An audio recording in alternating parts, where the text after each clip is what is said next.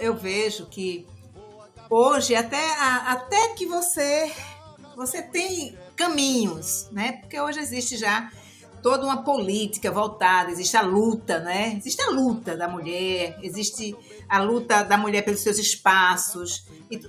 Mas lá atrás, né? Era tudo muito... Ninguém sabia, ninguém tinha um norte, ninguém sabia muito para onde ir. E aí, eu digo que eu sou uma pessoa temperada nas dificuldades, né? Imagino. Se é fácil, não é para Maria José. Tem que ser bastante desafioso, né? Bastante, porque ela tem que estar ali desafiada, ela tem que mostrar que ela pode, né? Então, eu acho que a gente tem uma origem, né?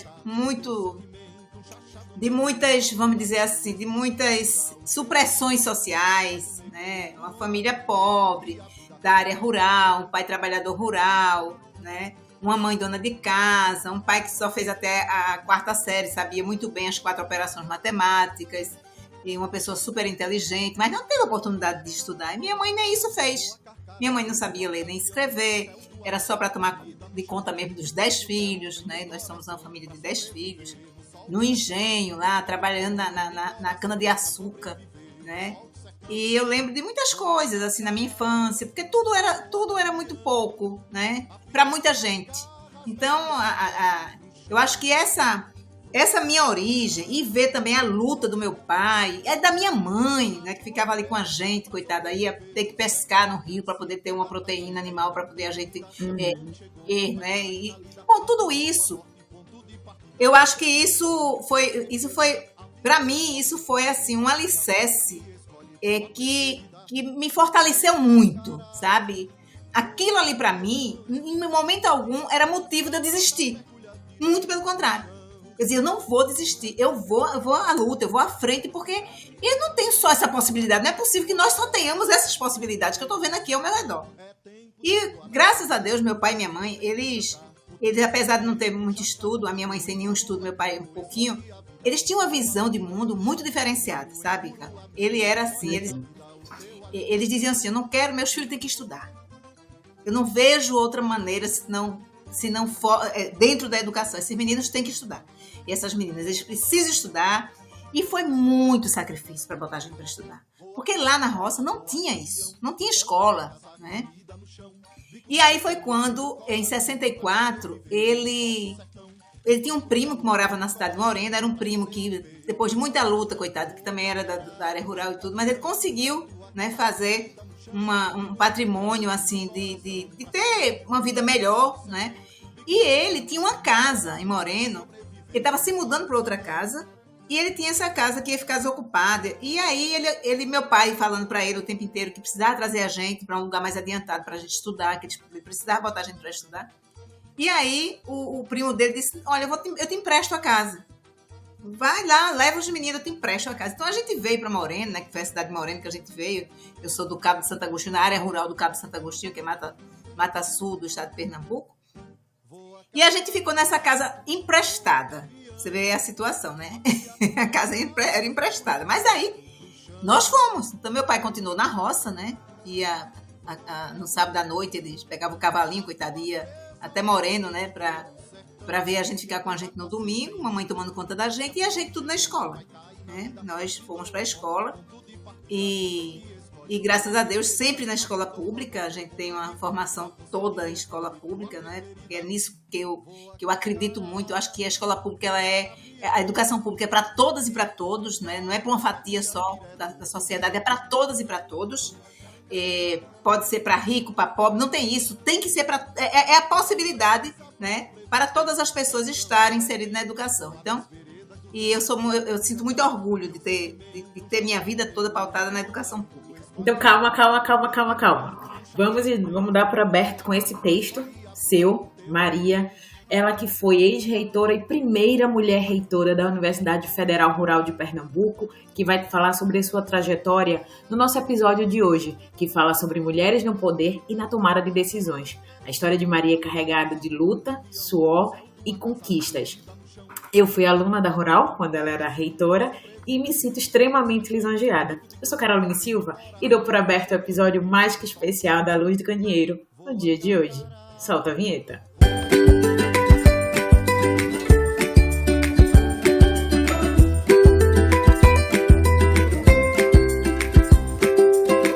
A pesquisadora Daniela Leandro Rezende falou que a histórica exclusão das mulheres das esferas de poder e tomada de decisão foi abordada em diversos tratados e conferências internacionais e fundamentadas as lutas pela garantia de direitos políticos, como os direitos de votar e de se eleger.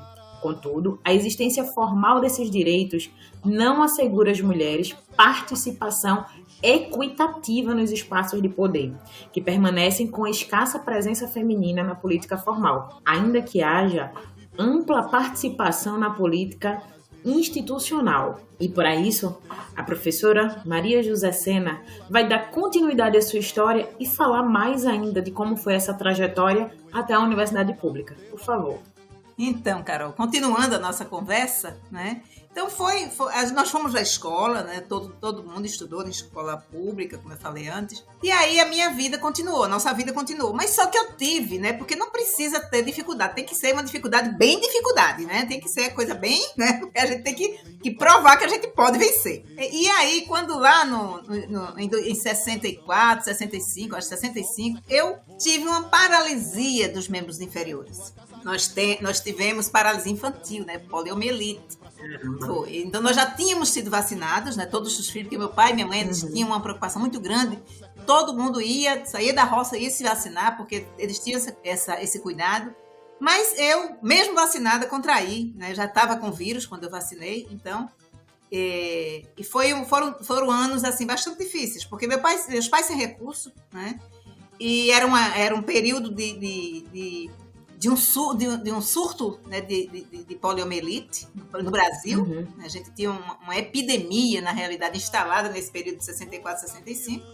E não foi fácil, né? Não foi fácil porque nós não tínhamos os recursos. E as falas, né, que meus pais sempre me falavam, assim, me diziam na época, que os médicos diziam assim, não tem o que fazer.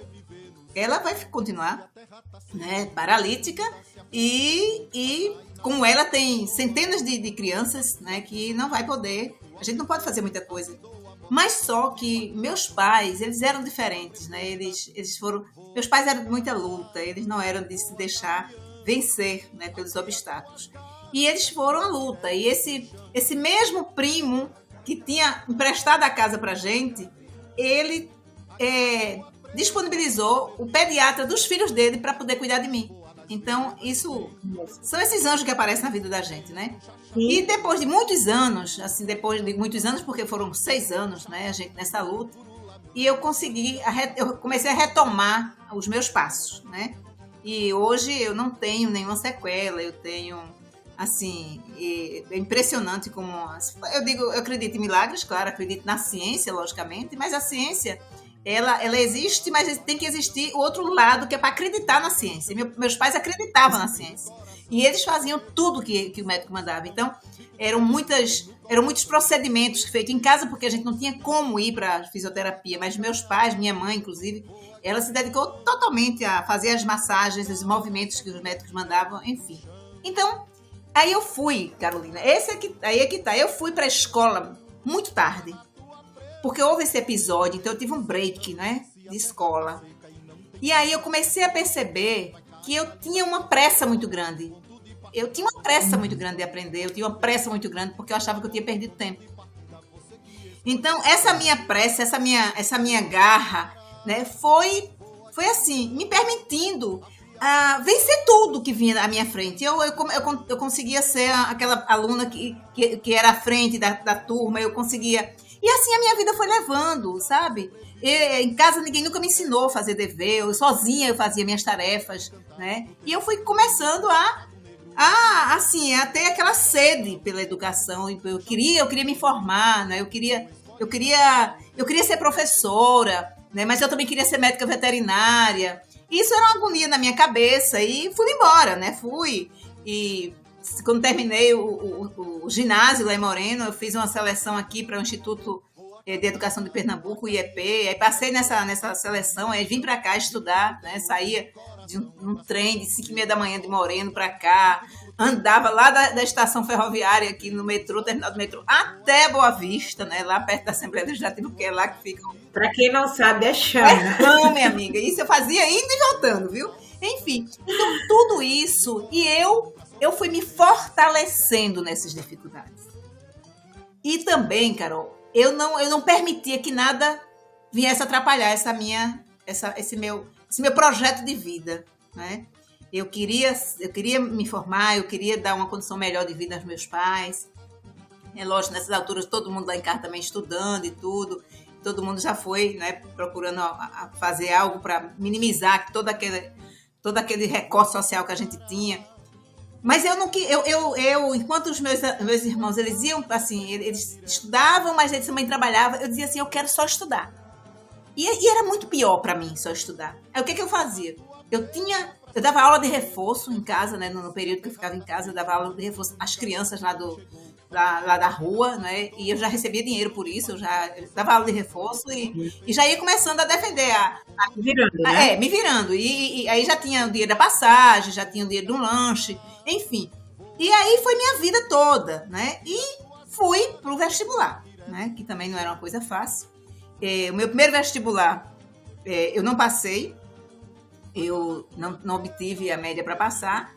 E aí eu fiz no outro ano, fiz para a Católica, aí passei. Aí fui do crédito educativo da Católica, né? Eu estudei na Católica e passei em licenciatura em Ciências Biológicas, porque eu tinha na minha cabeça que eu ia ser professora de todo jeito. Eu queria ser médica veterinária, mas queria ser professora. E para ser professora... E naquela época, né? Isso.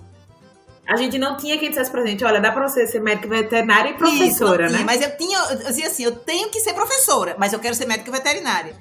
E aí, Carol, eu não sabia nem se eu podia ser professora, realmente. Não sabia nem como é que era essa coisa. Eu não conhecia esse mundo, né?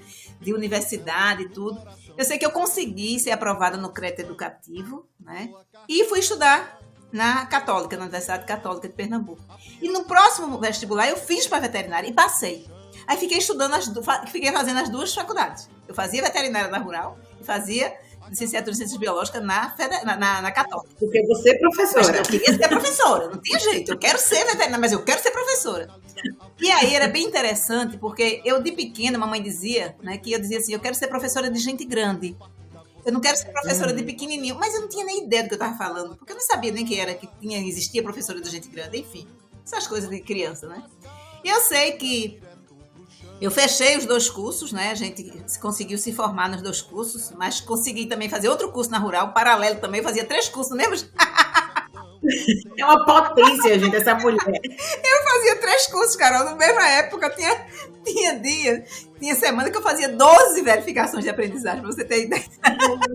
Meu Deus do céu, como é que dava conta, hein? Eu dava conta assim, eu chegava em casa, né, à meia-noite, todos os dias, né, depois do dia todo estudando, eu colocava uma bacia de água fria nos pés e eu não dormia. Aí eu virava à noite, 5h30 da manhã eu estava lá na estação ferroviária, né, no trem, né, pegando meu bilhetinho lá e indo embora para Recife. E essa foi minha vida, né? Então, assim, foram dificuldades que me fortaleceram muito, né? E aí eu fechei os cursos e aí eu digo assim, bom, eu preciso saber o que eu quero fazer. Eu quero ser professora, mas quero ser professora da medicina veterinária aqui da Rural de Pernambuco. E aí comecei a me preparar, né?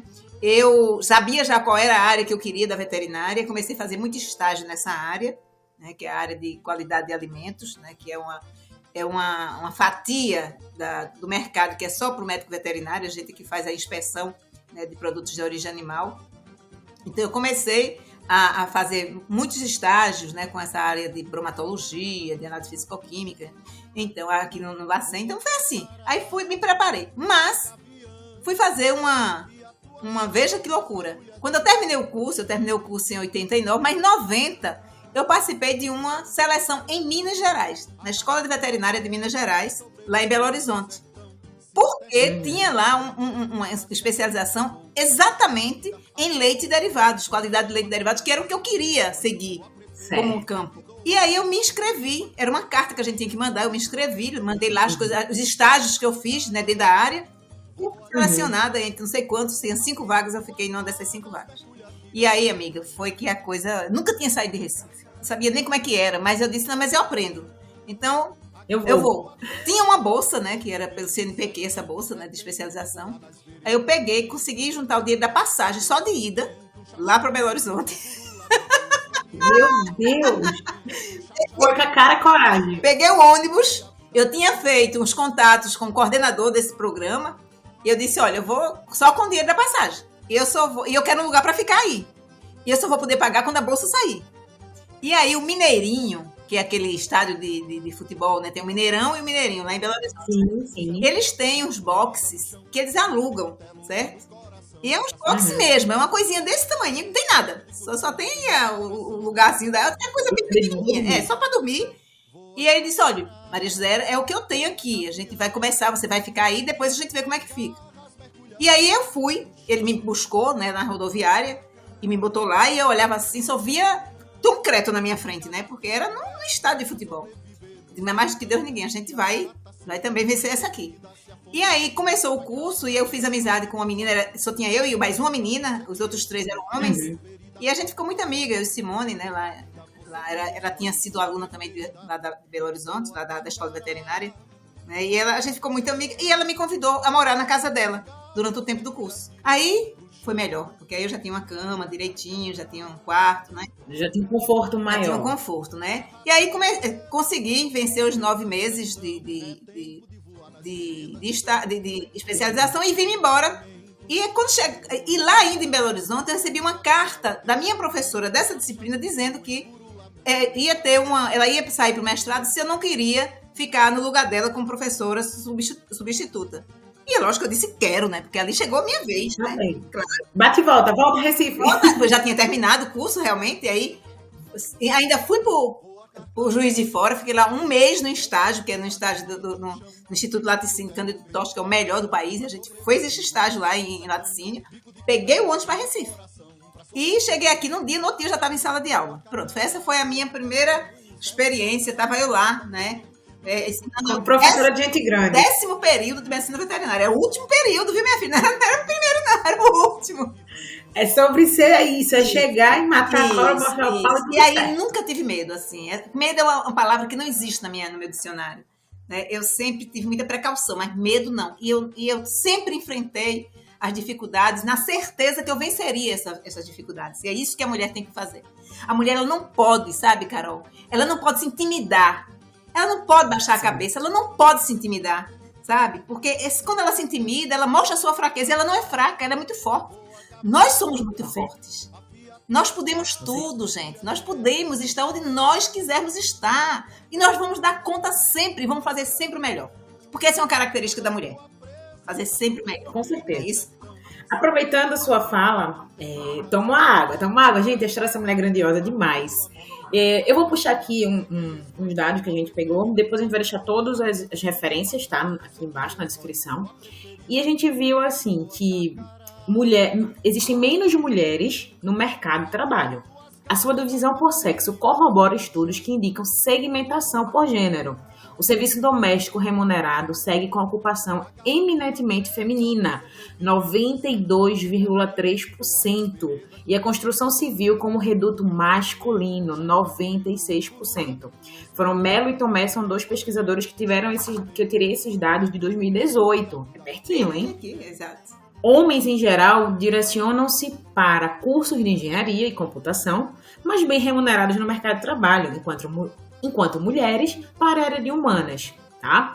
Não obstante, a migração por cursos de domínio masculino, a diferenciação salarial persiste. E a minha pergunta para você, Maria, é: o fato de ser mulher dificultou essa caminhada?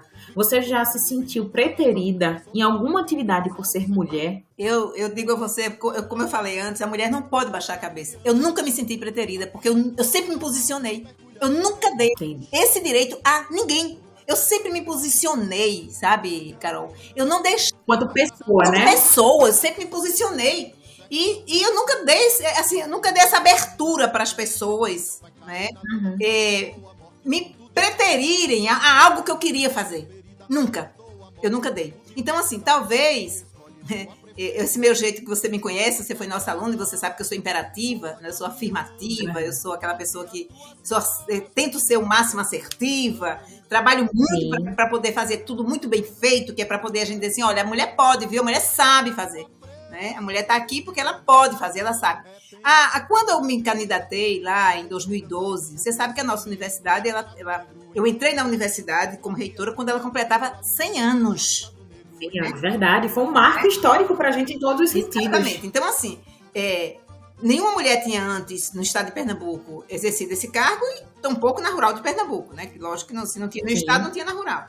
E foi nos 100 anos da universidade. Aí eu te pergunto, será que em 100 anos? Porque eu tenho histórias fantásticas de mulheres da rural, oriundas da rural, professoras, sabe, técnicas. Eu tenho histórias maravilhosas de mulheres muito inteligentes, né, que se destacaram na ciência, se destacaram no ensino. Aí eu pergunto, será que não tinha ninguém nesses 100 anos? Mas, veja, foi fácil, Maria José, você estar lá, você se candidatar. As coisas chegavam aos meus ouvidos, Carol, mas eu nem escutava. Você entendeu? Eu dizia, menino, ó, nem escuto. Vou lá e vou mostrar que eu vou ganhar. Né?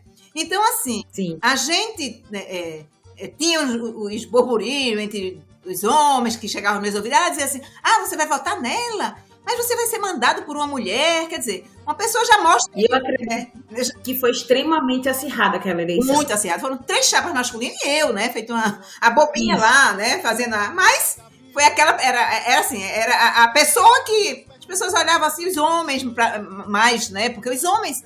E assim, muitas mulheres também, viu, Carol? Não é só os homens, não. Muitas mulheres. Não, tenho certeza. Mas elas, de todos os lados, né? Elas não acreditam muito na gente, não é? Na mulher, na realidade. Eu digo que esse país está nas mãos das mulheres. Se elas quiserem, a gente transforma esse país num país de oportunidades, num país socialmente referendado, num país onde as pessoas tenham todos os direitos garantidos. Se as mulheres quiserem, a gente faz isso. Com certeza. Faz isso. A gente sabe disso, né? As mulheres, ela continua sendo maioria. As mulheres, elas sabem fazer, sabe, Carol? E aí, eu não me intimidei em momento algum de participar daquele momento que foi muito tenso, como você falou, e foi muito tenso mesmo, né? As pessoas, elas tentaram de toda maneira, porque elas tinham até medo de ter uma mulher na reitoria. Eu até entendo, porque eles dizem, não, mas como é que vai ser uma mulher? A gente nunca experimentou isso. A rural é o novo, a rural, tipo assim, a rural é de origem rural. Então, a origem rural é de homens, né? Agrários, né? Então, assim, e eu, como sempre, muito firme, muito, muito sabendo o que eu queria, sabe? Na realidade, foi um apelo da comunidade mesmo, de eu me candidatar a ser reitora, né? A comunidade me pediu, porque eu passei pela Pró-Reitoria de Ensino e fiz um trabalho muito bom na Pró-Reitoria de Ensino. Então, isso fez com que as pessoas começassem a acreditar no meu potencial enquanto gestora. E foi daí, isso desde da coordenação de curso de medicina veterinária, que encontrei um curso bastante complicado à época, lá em 2000, e a gente conseguiu retomar com o curso, conseguir colocar o curso nos seus trilhos, né? O curso passou a andar com suas próprias pernas, enquanto na época eu era coordenadora do curso e estava numa situação muito difícil o curso. Estava para ser descredenciado, para você ter uma ideia. E a gente chegou, foi quando eu cheguei, né, do doutorado, e a gente chegou e conseguiu, né, resgatar todo o valor que aquele curso tinha, que é um curso valoroso, lógico, um curso que é um dos cursos que deu origem à nossa universidade. E o curso estava para ser descredenciado. Então, assim, aí eu passei por a coordenação, fiz um trabalho, foi um trabalho expressivo na coordenação de curso, passei pela Pró-Reitoria de Ensino numa época extremamente desafiadora, porque era a época da expansão e da interiorização do ensino superior público federal, lá do governo Lula, né? Ele estava botando em prática aquele programa, e eu dizia assim, quando o professor Valmar me convidou para ser pró-reitora, eu disse, ai meu Deus, espera lá, vou parar aqui, né? Porque para mim a coordenação já estava sendo um desafio. Aí eu olhei para ele e disse, professor, você tem certeza? Ele disse, absoluto. Eu disse, mas como que é isso? A universidade estava saindo de uma gestão de 16 anos de uma pessoa só, e tinha que se virar de cabeça para baixo, porque era uma coisa que os alunos pediam muito que fosse diferente, enfim, não tinha um olhar para o estudante. Você sabe que o meu xodó é estudante, né? Você sabe disso. É. Eu não escondo. Sei, gente, eu sei. Você sabe, meu xodó são vocês, né? Vocês são meus pupilos e pupilas que eu amo de paixão, né? E torço por eles e torço por elas e sou assim, tenho um carinho especial porque eles têm um carinho também muito especial por mim, né? E eu sou muito feliz por isso, né? Graças a Deus. E aí eu fui lá para a pró-reitoria enfrentando os maiores desafios da minha vida, porque não precisava estar só na pró-reitoria. Como eu te falei, tinha que ser mais desafiador ainda. E o mais desafiador ainda foi o professor Valmar chegar e dizer assim, tá aqui o projeto de expansão e interiorização, você que vai coordenar. Ai, gente, sério? Aí eu disse, como é que é mesmo?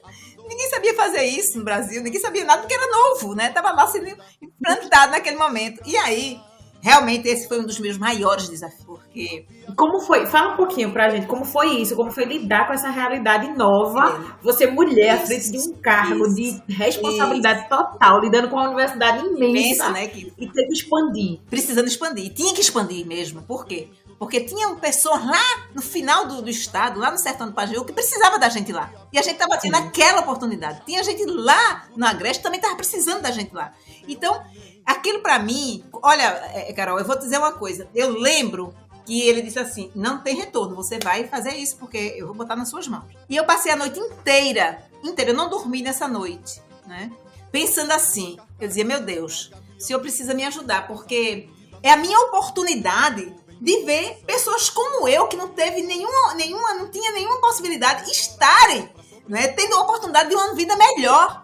Então, me ajude me ajude a enfrentar essa com a mesma garra que o senhor sempre me ajudou. E fiquei assim, pensando mil coisas. E, na realidade, foi muito desafiador. Fomos primeiros para Garanhuns, né? E, olha, não bastava só estar no projeto, né? Elaborando junto com os pares, logicamente, com os outros pró-reitores, o projeto de expansão. Eu também fiquei responsável por todos os concursos para esses campos, né? Então, isso tudo ficou na PREG, ficou na Pró-Reitoria de Ensino, Carol. Foi um desafio muito grande, entendeu, filho? Então eu cuidava tanto. Foi tudo ao mesmo tempo, né? Como os 3 cursos. Tudo ao mesmo tempo, era tudo muito rápido. Veja, a gente foi em 2004, junho de 2004, Carol, a gente pegou esse projeto. Em agosto de 2005, inauguramos a primeira unidade desse programa do país. Caramba! Você entendeu? Foi muito... Foi tempo recorde, né? Assim. Não, você entendeu? Foi tudo muito intenso. Então, um ano depois, nós já estávamos com os professores aprovados em concurso, já estávamos em funcionamento lá em Garanhuns, claro, numa estrutura alugada, locada, mas era uma... Mas já tínhamos começado, já estávamos lá funcionando enquanto unidade da Rural de Pernambuco. E como um ano depois, em setembro de 2006, a gente estava inaugurando Serra Talhada. Né? Então, assim, foi tudo muito rápido. E aí, amiga, se foi um desafio Garanhuns, você imagina dentro da serra, em Serra Talhada. Porque nós fomos para dentro da serra, né? E ali os desafios foram muito maiores, porque era tudo muito mais difícil. A geografia não ajudava, entendeu? Não via internet. O acesso, né? Todo um processo. Você imagina, cheio de professor, doutor ali dentro. Os alunos precisando fazer suas pesquisas. O técnico precisando usar os sistemas. E cadê que a internet não chegava? Porque a geografia não permitia. Então, foi um desafio. Mas tinha um motivo maior. Olha, era uma força que eu não sabia onde é que eu ia buscar essa força. Mas eu sabia. Eu dizia assim, meu Deus, eu estou no lugar certo, na hora certa. Porque imagina, se a gente não tivesse aqui, como é que ia ser esses jovens, essas jovens? Como é que eles iam... Não tinha oportunidade nem de passar na frente da Universidade Pública Federal, Carol. Isso era a realidade. Porque lá não existia. Até pela distância, pela dificuldade, pelo contexto. Era pelo recorte social mesmo. Nossos alunos, eles vinham da área rural. A maioria vinha da área rural. Eram filhos de trabalhadores rurais como eu fui, você entendeu? Eram pessoas que precisavam. E aí eu fui passando a entender, meu Deus, a minha missão é outra, né? Então eu não sentia cansaço. Eu trabalhava 20 horas dia, 25 horas dia e não sentia cansaço. Era impressionante. Eu passei... Não, é impressionante, gente. Você tem noção, eu entrava em reunião com essa mulher, quando terminava ela já estava em outra, e a gente terminava a aula, era às 10 da noite, ela estava saindo plena e eu destruída de uma aula. Então era basicamente isso, e até hoje ela tinha esse vigor de vida que é impressionante. Mas não acabou por aí não, né? A Rural foi pro Cabo, aí né? A Rural, aí já no Cabo já foi com... Eu já na reitoria, né? Na reitoria, a gente foi responsável por mais 2 expansões. Expandimos o Cabo, em 2014, e em 2018 expandimos também para Belo Jardim. Então, nós temos duas unidades de engenharias, uma no Cabo e outra em Belo Jardim. E eu acho que tudo isso, sabe, Carol, era preciso ser feito, porque a gente precisa entender que, se não for a educação, nossos jovens, nossas jovens e o nosso país, ele estagna, não tem para onde ele seguir. Porque é a educação que tem esse dom de transformar vidas. Você entendeu? Então eu digo que plantei sementes, as sementes que nós plantamos durante toda essa minha vida, né, de educação, esses 29 anos dentro da docência, né, eu plantei muitas sementes. E essas sementes deram frutos maravilhosos, transformaram vidas, mudaram cenários, tem histórias maravilhosas para contar. Inclusive, a gente está elaborando uma coletânea, sabe, Carol? Chamada Filhos da Expansão da UFRPE. Filhos e Filhas da Expansão da UFRPE. E eles estão contando as suas histórias. Você não tem ideia de as coisas maravilosas que estão chegando, sabe? A gente quer saber tudo. Pode ter certeza. Nós vamos lançar o livro nessa coletânea, né? E aí só não entende, né, todo esse movimento de construção, de oportunidades, quem não raciocina, levando em consideração o todo, sabe, Carol? Sim. Quem para e olha ao seu redor, a gente vê que ainda falta muito. A expansão deu em guinada, a expansão da educação superior e da tecnológica deu em guinada. Deu sim, mas ainda falta muito ainda para a gente absorver, né? Tanto de jovens, Carol, 46% dos nossos jovens de 14 a 17 anos, Carol, eles estão em busca de emprego. Esse jovem tem que estar dentro da universidade, Carol, dentro da escola, 17 anos, dentro da universidade. Esse jovem não tinha que estar procurando emprego, Carol, porque eles não vão ter emprego, eles vão ter subempregos. Você entendeu? Essa fatia da sociedade está procurando não é emprego não, gente, é subemprego, porque estão precisando, porque vem de uma família necessitada. Então, assim, é preciso buscar essa fatia da sociedade, é preciso dizer assim, olha, está aqui, você tem que estar aqui estudando, porque você estudando, você se formando, as possibilidades são outras, porque foi para mim, é minha história. Meu Deus, Carol, como que uma pessoa que teve todos os recortes sociais que você puder imaginar na vida poderia estar hoje aqui dizendo para você assim, pois é, Carol, eu vim de escola pública, com todo o recorte social, eu consegui me informar, eu consegui chegar na universidade pública, eu consegui, dentro da universidade pública, galgar todos os cargos, os maiores cargos de decisão, ou até o último cargo de decisão, e como mulher, que já era uma coisa que você nem imaginava que podia acontecer. E hoje eu estou aqui, quer dizer, uma pessoa que tem uma história, tem uma trajetória de vida nesse estado, nesse país, né? Estava lá junto em 2006, 2007, 2008, 2009, que foram os anos que mais a gente trabalhou políticas públicas nesse país, né? Política de inclusão. Eu estava lá discutindo com até então o ministro da Educação, Fernando Haddad. A gente discutia, ele discutia conosco que fazíamos a educação nesse país. À época, como pró-reitora de ensino, eu estava presidente do Fórum Nacional dos Pró-Reitores de Ensino aqui do Brasil, e essa discussão era conosco. Então, tudo que você puder imaginar de políticas públicas, você vê Enem, vê SISU, você vê a cara de Maria José, estava lá discutindo. Se você vê penais, eu estava lá discutindo. Se você vê a lei de inclusão de cotas, você estava lá, você entendeu? É tudo.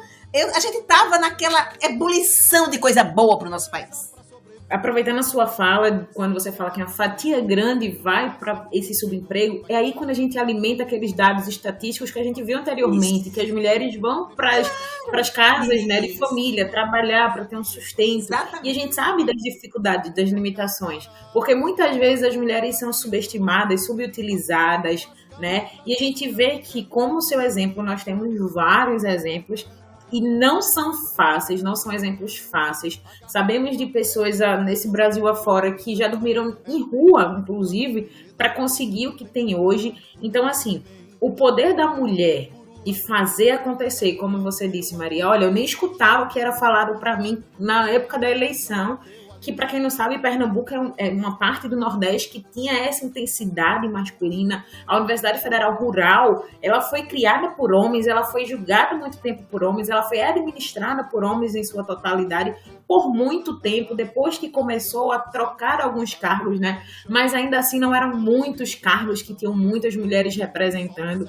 Quando Maria assume esse cargo, quando a gente diz, não, tem uma mulher lá, a gente apostou, nós como alunos e alunas, né, e alunos, quando apostamos nesta mulher, que a gente queria ver a diferença quanto universidade, quando era uma mulher tomando as decisões, e a gente viu muitas mudanças que a gente já acompanhava desde então. Então essas mudanças pra gente, pra mim, Carol, que era aluna de licenciatura em Química, que também quer ser professora, que queria ser professora, foi uma mudança e olhar pra você e dizer, não, ela chegou lá, ela é mulher e ela está naquele lugar, me fez brilhar os olhos para que eu possa também querer esse lugar de fala, querer esse lugar de poder. Então, por isso que é tão importante que nós possamos criar essa rede de apoio entre mulheres, criar essa rede positiva, onde a gente possa lançar mais mulheres para redes de decisões importantes, seja no Senado, seja no Estado, seja na Prefeitura. Nós precisamos de mulheres que falem, que não escutem, mas que falem, porque a gente está cansada de esperar, como a gente falou no episódio anterior, que nos deem a palavra. A gente está na hora de falar alto mesmo, para que sejamos ouvidas na força, como a gente sempre brinca, na força do ódio. Porque a gente cansa de ser pacífica, né? Acho que a gente tem que estar tendo essa pressão. Então, assim, a tua fala desde então vem fazendo crescer essa chama, essa verdade, e te olhar e te ver, e ver a trajetória. Olha que eu só acompanhei a Maria, que era pró-reitora, nem acompanhei a Maria professora, a Maria reitora, e hoje eu acompanho a Maria professora, eu acompanho a Maria mulher, que é a história que ela traz pra gente, e olha a grandiosidade que você traz, né? Então, Maria, ela é símbolo de tomada de decisão, e é esse símbolo que eu quero trazer para as nossas ouvintes, para os nossos ouvintes, para que homens também possam apoiar mulheres. Além de mulheres apoiando mulheres, nós também precisamos que os homens nos apoiem, porque somos uma rede, estamos em prol do crescimento. E esse crescimento ele só vai ser possível quando nós entendermos que cada um tem seu lugar, mas que todos podem tomar decisões que melhorem, que impulsionem, né? Pode continuar, Maria. Eu só queria fazer essa... Mas é verdade, Carol, é verdade. E os homens precisam entender o seguinte, sabe, Carol? Nós não queremos o lugar deles, sabe? Porque esse lugar eles sempre tiveram. Nós queremos equidades. Nós queremos equidade. Já basta as pessoas decidirem por nós. Carol, veja, quem decide a vida da gente no Congresso Nacional são os homens. 85% dos homens no Congresso Nacional, 15% de mulher. A mulher não apita. A mulher não é nem ouvida. Entendeu? Por quê? Porque você imagina, é lógico. Isso não é uma coisa lógica? Não é lógico, porque 85% tá lá, gente. É o poder de voz está com eles, né? Então, assim, eu acho que não é ser contra o homem, não é ser... Não. Não é isso. Agora, a gente precisa de equidade. A gente precisa discutir de uma maneira de igual para igual, né? Então, a gente precisa de equidade, sim. A gente precisa conquistar... Nós precisamos conquistar os nossos espaços de decisão, sim. A gente precisa ter o mesmo salário que o homem tem, porque você sabe muito bem que tem engenheiro e engenheiro, mas eles fazem a mesma coisa, mas o engenheiro ganha mais que o engenheiro. Você sabe disso. Mas em outras profissões também, né? Só não acontece isso no serviço público porque o salário, valor é igual. O salário ele já está lá, estabelecido. Então, uma mulher, o professor ganha a mesma coisa, dependendo do nível de carreira, é o mesmo salário. Mas fora... Mas quem está nas tomadas, né, da decisão, em sua maioria são homens. Maioria são homens, exatamente. A maioria ainda é de homem. Então, assim, eu acho que esse espaço... Eu vejo que a mulher ela está muito mais decidida hoje a conquistar esses espaços, sabe, Carol? Eu tive muita dificuldade em fazer a minha equipe lá em 2012, porque eu queria fazer ela 100% feminina, né? Mas tive muita dificuldade porque as pessoas que eu chamava, porque eu sabia que eu fiz um estudo, né, dos currículos das pessoas, para as pastas que eu precisava preencher. E muitas vezes eu cheguei às pessoas, às mulheres, e elas diziam assim: ô professora, olha, eu votei na senhora, fiz campanha para a senhora, estou com a senhora em tudo, porque a senhora é guerreira, a gente acredita na senhora, mas professora não tem condições, porque, olha, quem pega o menino na escola sou eu, meu marido tem que chegar de noite, o jantar tem que estar lá, mas aí eu, olha, estou falando de doutoras, professoras doutoras, servidoras públicas federais, entendeu, Carol? Então, veja, e aí eu perdi muitas competências, não é? Tive que substituir os convites, porque elas não iam, elas não aceitavam, porque ela olhava para casa e dizia assim, não posso falhar em casa. Só que não falha em casa, certo? Não falha em casa. Então, assim, esse apoio a mulher também tem que ter dentro de casa, né? A mulher não pode ser tolhida de avançar, de querer, né, seguir uma profissão, se destacar dentro de um meio que ela escolheu para seguir, porque algo dentro de casa está dizendo assim, não vai, porque ó, o filho, o esposo... Não, acho que tudo pode ser equacionado, tudo, sabe? Eu acho que precisa ter esse apoio. A mulher, eu vejo... Balanço, né? Sim, porque, na realidade, Carol, veja, eu trabalho, nós somos uma família aqui, né? Vamos aqui. Marido e a mulher. Os dois trabalham do mesmo jeito, né? Mas não é impedimento quando o homem, ele quer voar. Ele quer sair, ele quer se qualificar mais, ele quer fazer um curso fora do Brasil, ele quer fazer, entendeu? Fora do estado. Sim. Não há empecilho. A mulher fica, né, cuidando da casa, cuidando do filho, mesmo trabalhando também, tem emprego, dois têm emprego. Quando é o inverso, aí, opa, não pode. Não dá. O filho vai ficar órfão. Isso, exatamente. O marido vai ficar sentindo falta, a casa não vai ter organização. Exatamente. Então, assim, isso é que precisa acabar, né? Eu acho que os espaços, eles precisam ser conquistados. A mulher tem um potencial muito grande, né? Eu digo a você que a mulher tem um potencial grande, mas a mulher, ela precisa mostrar muito isso. Eu acho que eu tinha uma defesa, eu precisava fazer o melhor, sabe? Uhum. Porque eu tinha que dizer que eu podia fazer o melhor, a mulher podia fazer o melhor, a mulher sempre pôde fazer o melhor. Então, ali, quando eu vi, quando eu ganhei aquela eleição lá em 2012, né?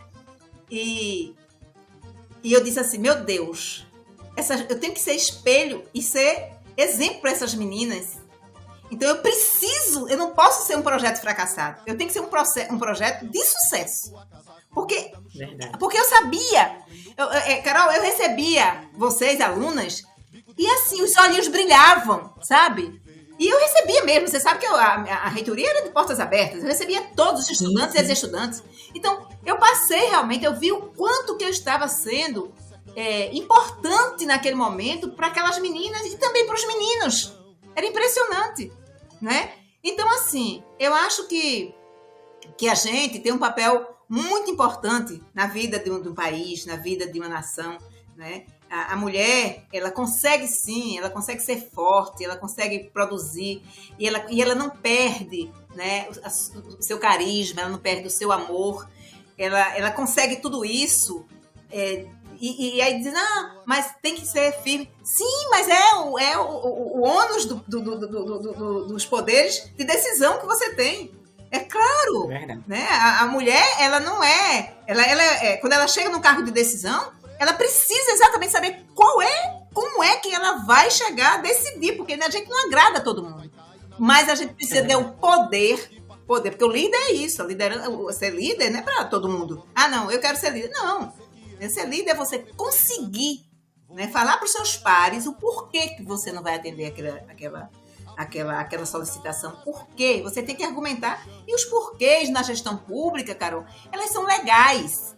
Não existe outro, entendeu? A gente está ali, então nós temos ali, né, a legalidade que nos dá respaldo para decidir em cima daquela legalidade. Não tem achismo, Não tem achismo, você entendeu? Então, assim, perfeito. Eu sempre primei muito pela qualidade do serviço público.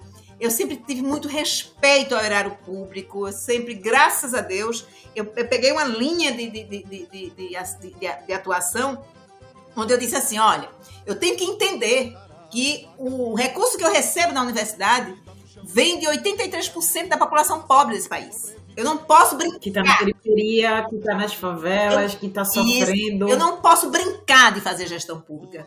Eu acho que tem um vídeo que viralizou lá em 2019, eu não sei se você lembra, quando a gente teve aquele corte, né, de quase 50%, terminou que eu ali não me reconheci, porque eu chamei a imprensa, convidei os reitores todos, a gente foi para as ruas, né, aquela defesa da educação, acho que você lembra. Lembro demais. Pronto, então ali, quando eu vi que a educação estava ameaçada mesmo, quando eu vi que eu não ia dar conta de fechar o ano na universidade, nem as outras 69 universidades iam dar conta, eu digo, não posso ficar parada. Então, foi aquele reboliço. Aí eu tenho um vídeo meu que eu disse assim, que eu pego o ofício que o MEC manda pra gente, né, naquela época, e digo assim, eu digo à repórter assim, a gente não tá brincando de fazer gestão pública, nós respeitamos o horário público.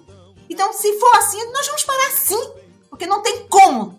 Então, isso viralizou, e as pessoas, assim, eu fui muito enfática naquilo ali, né, a gente não tô brincando de fazer gestão pública. E realmente, ninguém brinca de fazer gestão pública, e eu fui uma das gestoras públicas e eu não brinquei mesmo. Eu respeito cada centavo que vem para as instituições, que nós somos ordenadores de despesa, e graças à minha postura, Carol, eu estou hoje, saí da universidade depois de 8 anos de gestão, sem nenhuma conta protestada, sem nenhuma conta reprovada da universidade. Muito pelo contrário, nós recebemos elogios do Tribunal de Contas da União. Né? O Tribunal de Contas da União elogiou as nossas peças de prestação de contas, né? Então, assim, eu acho que a mulher, ela tem todo esse poder, né? Ela primeiro, ela tem uma visão geral muito grande, né? Então, quando as pessoas começaram a dizer assim, meu Deus, mas a rural tá diferente, a rural tem até jardim, a rural tem isso, a rural... É verdade. Nossa, a rural é vida. Começou, por quê? Porque eu vim de uma escola que era rural de Pernambuco, onde as pessoas tinham vergonha de dizer que era da rural de Pernambuco, você entendeu? Lá atrás... E é Ruralinda, né? E hoje vocês mesmos intitularam ela de Ruralinda, né? Então, assim, porque a gente tem esse olhar, né? Porque quando a gente faz isso, a gente está olhando para as pessoas. E toda a minha gestão, Carolina, todas as minhas atitudes nesses 29 anos de Rural de Pernambuco, como professora, como coordenadora, como proreitora, como reitora, eu sempre foquei nas pessoas. E se a gente faz isso, o sucesso é garantido. É verdade. É verdade. É verdade. Aqui esse bate-papo delicioso, maravilhoso, né? Onde a gente pode alcançar várias esferas, várias pessoas, vários ouvintes, mas a gente quer ir além. O que Maria fez pela universidade e pela população em torno, né? A gente tem uma população em torno da universidade que precisava de atenção e tentou se integrar na época. Atividades físicas, atividades lúdicas. Nós trouxemos as nossas vizinhas, né, para dentro da universidade, né? Justo, porque nós chegamos lá depois deles, né? Eles foram crescendo e a gente ganhou voz, ganhou vez. Não que nenhuma gestão não vai ter seus problemas, mas a gente sabe que os problemas ele tem que ser enfrentado ouvindo quem passa por ele. Se é o preconceito, se é a homofobia dentro da universidade, se é o assédio, a gente tem que escutar para a gente poder, então, dialogar, para a gente poder tomar decisões onde muitas vezes não vai agradar todo mundo, como ela falou, mas que vai ser assertivo, que vai beneficiar, porque só quem sofre é quem sabe. Isso. Né? Então, quando a gente está no entorno, quando a gente fala no plural, a gente consegue atingir mais pessoas. A Rural, eu lembro muito bem quando eu entrei em 2009 na Rural, sabe? Eu lembro de toda a transição da Rural, até essa minha saída, né? Que eu fui para a Federal, hoje eu estou no doutorado lá. Mas eu lembro da trajetória da universidade, era aquela universidade mais escura, onde ninguém queria optar, e ainda era aquela questão de Coveste, eu vou para a Federal.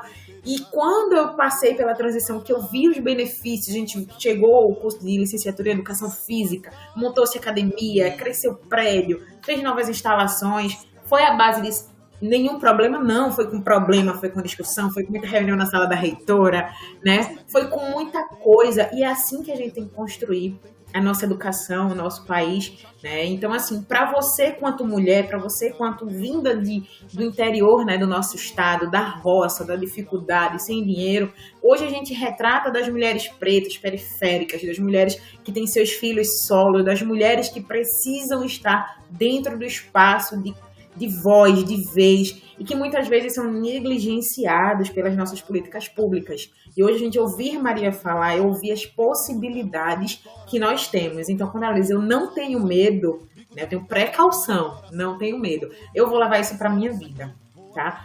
Porque você, para mim, é um exemplo, sabe? Eu te acompanho aí, Você, pra mim, é uma mulher incrível. É uma mulher que a gente olha e diz, não, vou me inspirar nessa mulher. Ela não para, é uma máquina, o tempo todo. Então, isso dá aquela chama. Sabe aquela chama que a gente tem certeza que a gente não vai apagar nunca? Porque sempre vai ter alguém que vai revigorar. Nós viemos de um episódio, Maria, na semana anterior, que falava sobre assédio moral na universidade. E hoje trazer Maria e dizer, olha, eu escutava, mas eu fazia de conta que nem ouvia, porque eu ia mostrar para aquelas pessoas que eu ia conseguir. E ela conseguiu. Ela foi estudante, professora, como ela queria, né? Ela foi coordenadora de curso, pró-reitora, reitora e hoje. Quem é Maria hoje? Então, Maria hoje nunca deixei de ser professora, não é? Mas hoje estou em sala de aula. Nunca deixei, é claro, era meu sonho e eu, graças a Deus, realizei esse sonho. Hoje Maria é uma professora, está na sala de aula, né? Os meus pupilas e pupilas do 10º período da medicina veterinária, certo? Participando das discussões do curso, né, do CCD, participei ativamente da discussão do projeto pedagógico. E hoje a Maria, ela foi, vamos dizer assim, ela foi,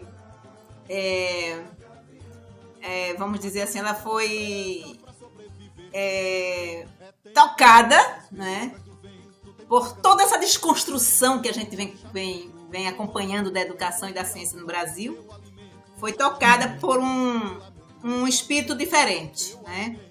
Hoje a Maria, ela é pré-candidata a deputada federal e ela quer sim para o Congresso Nacional, porque ela quer ali ter voz. Ter uma voz inclusiva, ter uma voz que ela tenha certeza absoluta que ela vai trazer mais oportunidades para os nossos jovens, nossas jovens, porque eles precisam de cuidados, eles precisam. Eu vejo as estatísticas me incomodam muito quando eu vejo que a gente ainda tem 11 milhões, quase 12 milhões de crianças e jovens que ainda não sabem ler e escrever. Isso me dá uma agonia muito grande, sabe, Carol? Então, eu preciso estar lá para brigar e mostrar que tem caminhos. A gente precisa... a educação e a ciência precisa estar lá dentro do Congresso Nacional.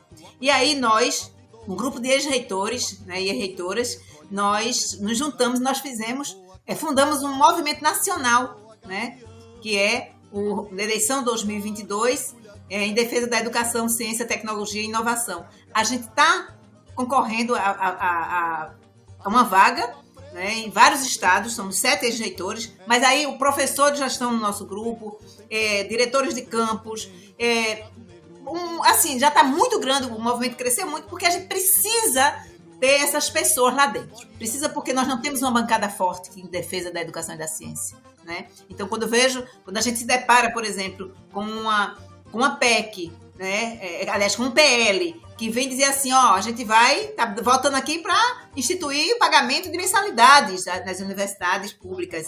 Eu vejo isso com aflição, digo a você com toda sinceridade, né? Quem se passa a propor uma coisa dessa não conhece a realidade da universidade pública do Brasil. Não conhece, não vivencia. Sabe, Carol? Lá em 2012, com a lei das cotas, nós fomos uma das primeiras universidades do país a entrar com cota de 50%. Eu tinha lá não sei 4 anos para entrar com essas cotas, mas eu digo, não, aqui foi uma questão de decisão minha. Eu digo, não, aqui eu quero 50% de uma só vez. Porque eu já tinha, Carol, na universidade, 70% de estudantes vindo da escola pública. Então, ora, você entendeu? Então, assim, as políticas públicas, elas precisam chegar na base. A gente não faz políticas públicas no país se ela chega do meio para o fim.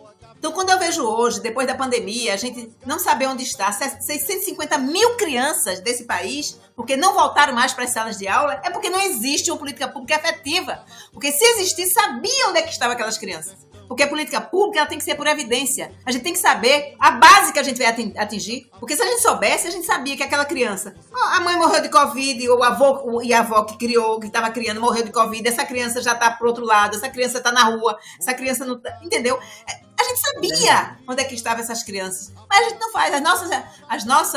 As nossas políticas públicas, Carol, de um tempo para cá, ela é só de faz de conta. Nós temos um déficit de creche nesse país de 5,5 milhões de matrículas. Isso não existe. A mulher precisa colocar sua filha e seu filho na creche. Porque ela precisa ter vida própria, ela precisa sair atrás de ganhar o pão de cada dia, ela precisa de estudar, ela precisa trabalhar para poder trazer uma vida melhor para o seu filho e sua filha que está em casa. E elas simplesmente não conseguem, porque não tem vagas, porque não tem creche. Você sabia? Não tem creche.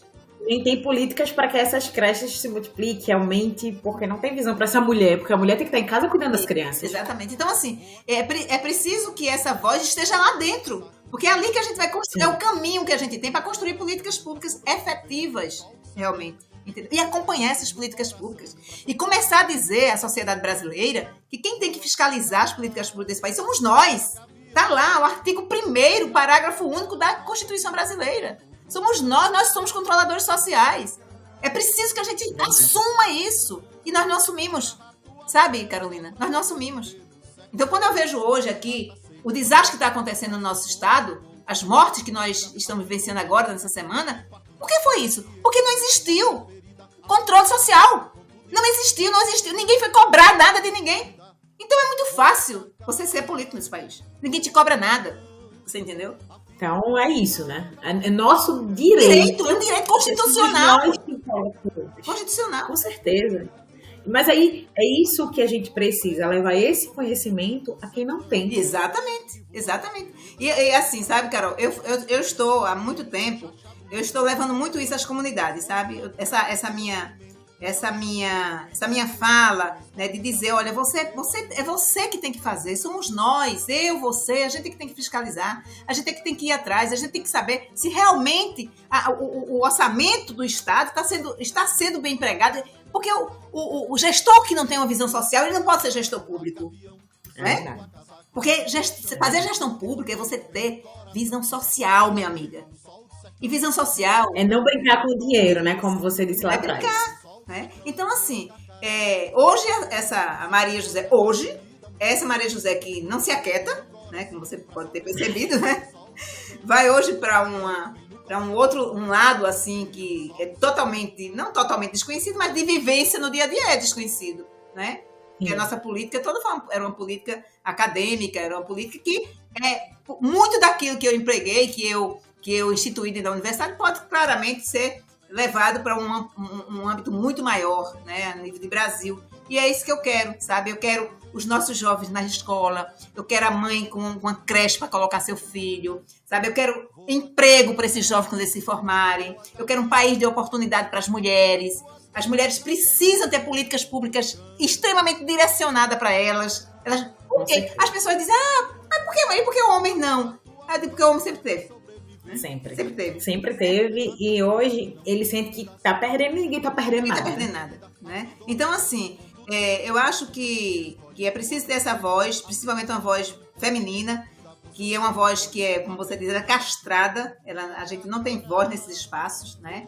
E eu digo sempre, a mulher, se ela quiser, ela muda os rumos desse país, e eu espero que ela consiga fazer isso agora, dia 2 de outubro, né? A gente tá precisando mudar, né? Tô assim também, ó, cruzando os dedos, que a gente consiga fazer isso realmente no dia 2 de outubro, para poder a gente acabar logo essa história, logo de uma tacada só, né? E, exatamente. E Maria, aproveitando, já que a gente tá caminhando pro fim desse bate-papo que passou tão rápido e foi tão gostoso, foi como se a gente tivesse sentado à luz do candeeiro lá no sertão mesmo, né? Ô, menina, já pensou? Exatamente. Uma cadeirinha de balanço, isso. Um cafezinho do lado. Exato. Eu queria que você deixasse, depois de todo esse discurso incentivando, né, nós mulheres, meninas, cientistas, educadoras, mães, que você falasse, né, da importância de ser e acreditar, né, do que fazer para não se inibir dos lugares das tomadas de decisão.